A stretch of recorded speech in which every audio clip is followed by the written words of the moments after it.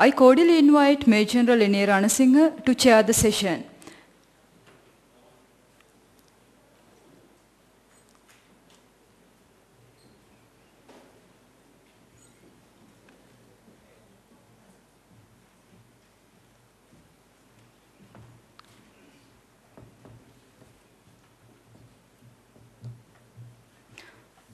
First of all, I would like to give a brief introduction about our chairperson, Major General N.A. Ranasinghe, RSP, VSc, USP, NDC, PSc, ISC. Major General Niranjan Asoka Ranasinghe retired from the Sri Lanka Army in December last year after completing over 34.5 years of service. This period encompasses the entire 33 years of lifespan of the LTTE from May 1976 to May 2009. Having come first whilst under officer cadet training, he was commissioned into Sri Lanka Armoured Corps in December 1977. He has commanded over from an armoured troop to a division in the field, including 3 separate infantry brigades and the armoured brigade. He raised and commanded the 5th Recce Regiment of Armoured Corps. In staff appointments, he has served at Army Headquarters, including having briefed the military assistant to the commander of the Army, and at all 3 joint services headquarters ever established in Sri Lanka, Joseph Headquarters, JOC, and being Direct Operations and Plans at the Joint Operation Headquarters. He has been the Commandant of Sri Lanka Military Academy, Army Command and Staff College, and the Defence Services Command and Staff College for a total period over 6.5 years, a record by itself.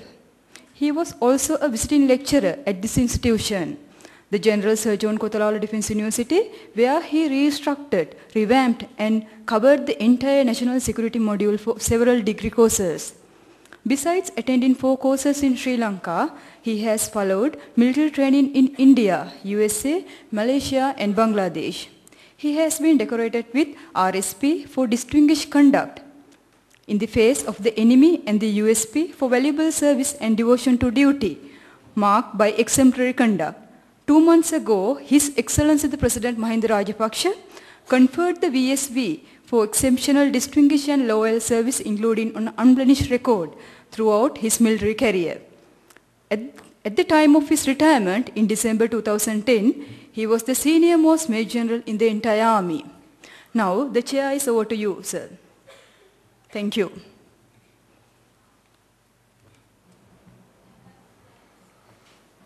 Good afternoon, ladies and gentlemen. Thank you very much for that generous introduction. We are about to commence the technical session 2 on defense, but I must confess that I have got the hardest session of the day. The sumptuous lunch that we have just had tends to bring an almost unbearable load on one of the tiniest muscles in our human body, the eyelids.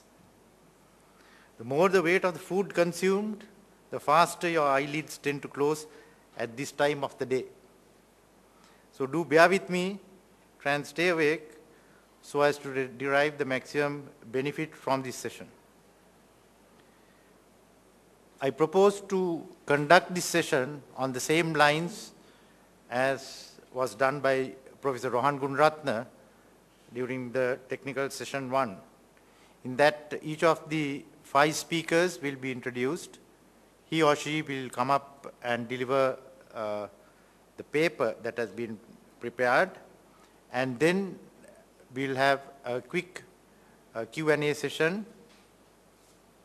After all 5 speakers have finished, I'll do a brief summing up. So with that, let me introduce the first speaker, Ms. UAT Udayangani, whose topic is rehabilitation of child soldiers in post-conflict Sri Lanka. Ms. UAT Udayangani studied at Yasodhara Devi Girls College in Kampaha, where she passed O-levels as well as A-levels, and she graduated from in Bachelor of Laws with a second-class honors upper division from the University of Colombo in 2008. She has been awarded the first class honors pass at the Attorney at Law final exam. She has also acted as the co-editor of the newsletter published by the Department of Public and International Law, and been a member of the organizing committee of the orientation program in 2010. Her present employment is as a probationary lecturer at the Department of Public and International Law, Faculty of Law, University of Colombo. Over to you, Ms. Udayangani.